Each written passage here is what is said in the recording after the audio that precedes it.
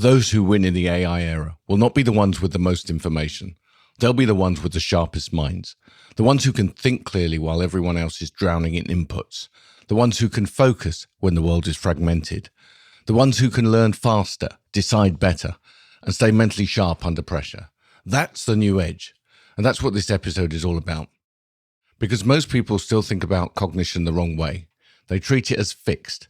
They assume you either have a sharp mind or you don't, a good memory or you don't, the ability to focus or you don't.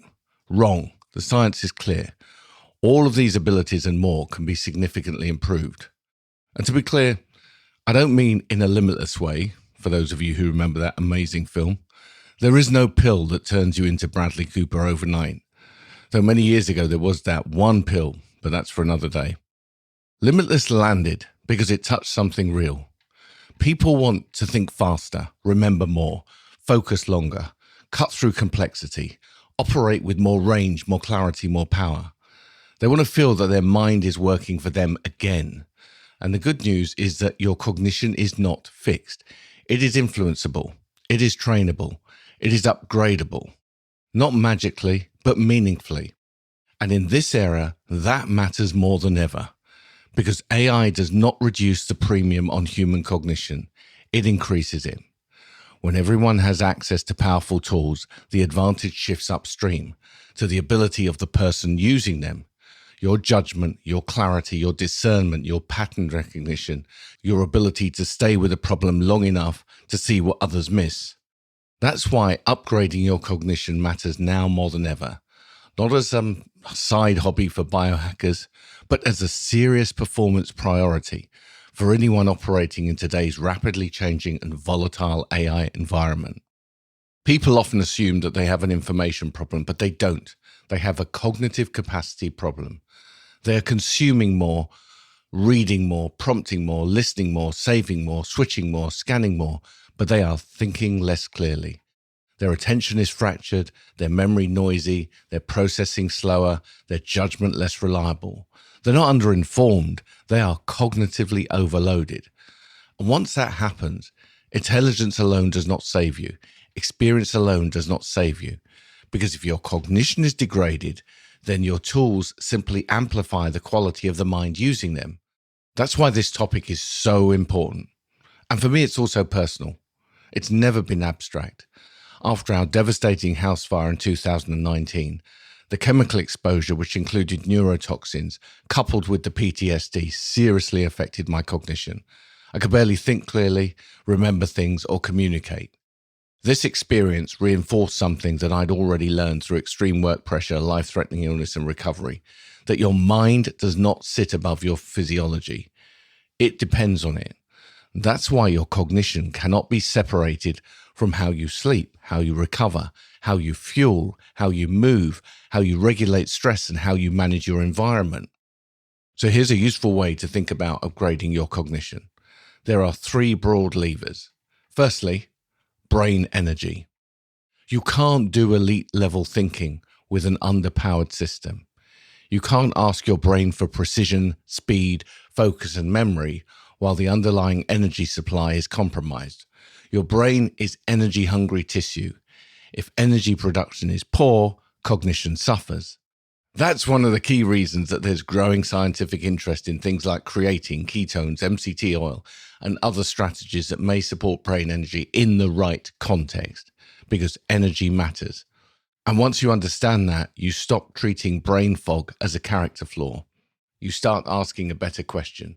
Is my system underfueled? Secondly, cognitive environment. Your brain does not perform in a vacuum. It responds to conditions.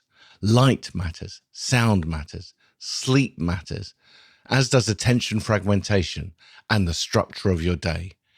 You can't improve cognition without changing the conditions that are degrading it.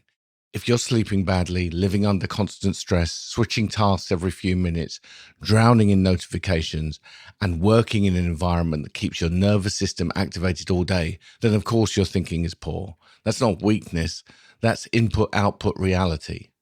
The encouraging takeaway is that if conditions can degrade your cognition, conditions can also improve it.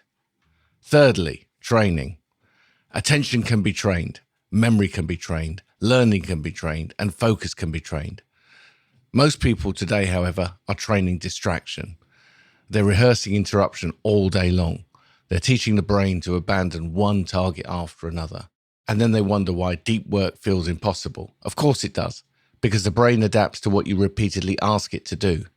If you repeatedly fragment attention, you get better at fragmentation. If you repeatedly demand sustained focus, high quality recall, clear thinking under pressure, and disciplined cognitive effort, you train your brain in a different direction. And that's why I reject the lazy fatalism around cognition. When my coaching clients say, I guess this is how my brain is now, I challenge them. Because often what people call decline is actually dysregulation, overload, under-recovery, poor inputs, weak structure, and untrained attention. That's a very different problem, and a far more hopeful one, because it means your mental edge has not gone. It may be covered, buried under noise, buried under fatigue and stress, buried under a system that is not supporting the level at which you need to perform. And that's where the limitless fantasy becomes useful, not because it's realistic, but because it reminds you of the aspiration. We don't want a slightly less bad brain. We want access to more of what we're capable of, more speed, more sharpness, more memory, more focus, more fluidity. And while science does not support yet movie-level transformation, it absolutely supports this, that the mind people experience every day is often not their ceiling, it's their current condition. And that's a very powerful distinction, because a ceiling is fixed, a condition can change. And that's the frame I urge you to hold, not to think of cognition as a fixed trait, but to think of it as a performance capacity, something that can be degraded, but can be restored and can be upgraded. The science confirms this, as does my own experience, as I used a vast array of strategies and protocols to repair and upgrade my own cognition. And in the AI era, that may be one of the biggest differentiators of all, because the people who thrive will not just be the ones with access to tools, they will be the ones with the cognitive bandwidth and processing power to use those tools wisely and effectively. They will be able to hold complexity without panicking, focus without splintering, learn without drowning, decide without freezing, and see signal where others see noise. That's cognition under pressure, and that's a real advantage. And that's why this really matters. So let me leave you with this. If your cognition needs upgrading, there are multiple doorways: through brain energy, through recovery, through sleep, through light, through sound, movement, attention training, and through changing the environment your mind is operating in every day. That's the exciting part. There is no single magic bullet, and everyone is different. One size does not fit all, but there are multiple effective levers. And when you start pulling the right levers consistently, the change can be far more significant than you imagine. The storm is not slowing down. AI is not slowing down. The pace, the noise, the complexity, none of that is slowing down. And those factors absolutely impact your cognition. The question is whether you choose to treat it as a fixed trait or as something that you can deliberately upgrade. I'm Martin Soorjoo, and this is Outperform the Storm.